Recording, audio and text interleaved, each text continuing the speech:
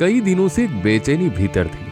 मन बार बार कह रहा था कि पलट इतिहास के उन पन्नों को जिन पर वक्त के साथ धूल जम गई हो। ये कहानी नहीं बल्कि वो सच्चाई है जिसे सुनना बेहद जरूरी है। एक भूली बिसरी वीरांगना, देश जिनका नाम गर्व के साथ लेता है और कहता है, नीरा आर्या। देश को आजादी ऐसे ही नहीं मिली। यह उन अनगिनत वीरों भी की कहानी है जिन्होंने अपना सब कुछ देश के लिए न्यौछावर कर दिया, लेकिन बदले में पहचान तक नहीं मिली। एक ऐसी महिला जिसने देश को पति से ऊपर चुना, एक ऐसी जासूस जिसका नाम सुनकर दुश्मन भी कांप उठे।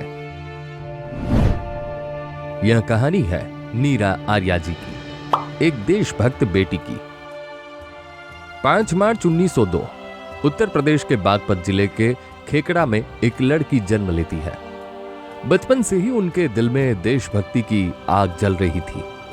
जब देश अंग्रेजों की गुलामी में था, तब नीरा आर्या जी सिर्फ अपने जीवन के बारे में नहीं बल्कि देश की आजादी के बारे में सोचते थे।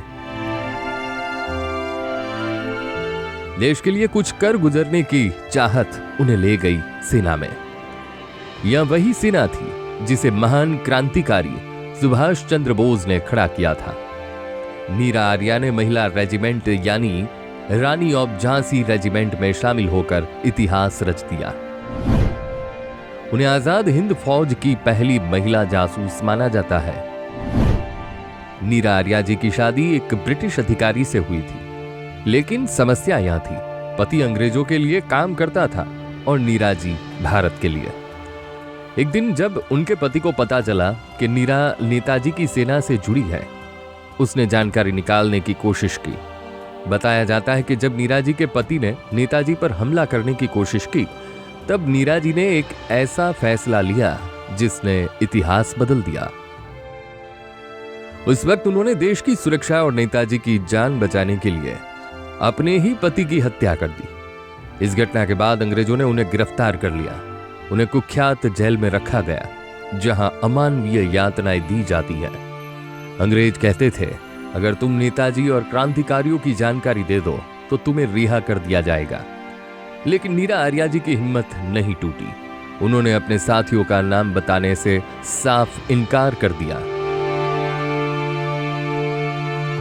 इतिहास के कुछ विवरण बताते हैं कि उन्हें भयानक शारीरिक यातनाएं दी गई, फिर भी उनकी देशभक्ति नहीं डगमगाई। देश आजाद हुआ, लेकिन हर स्वतंत्रता सेनानी की किस्मत एक जैसी नहीं थी।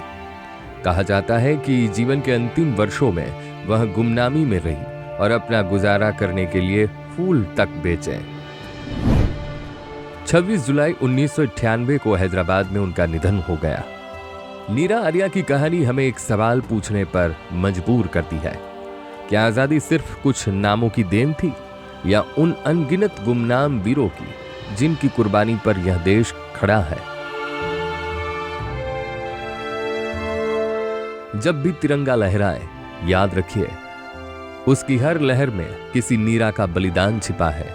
यह सिर्फ एक कहानी नहीं, यह कर्ज है जिसे याद रखकर हमें चुकाना है।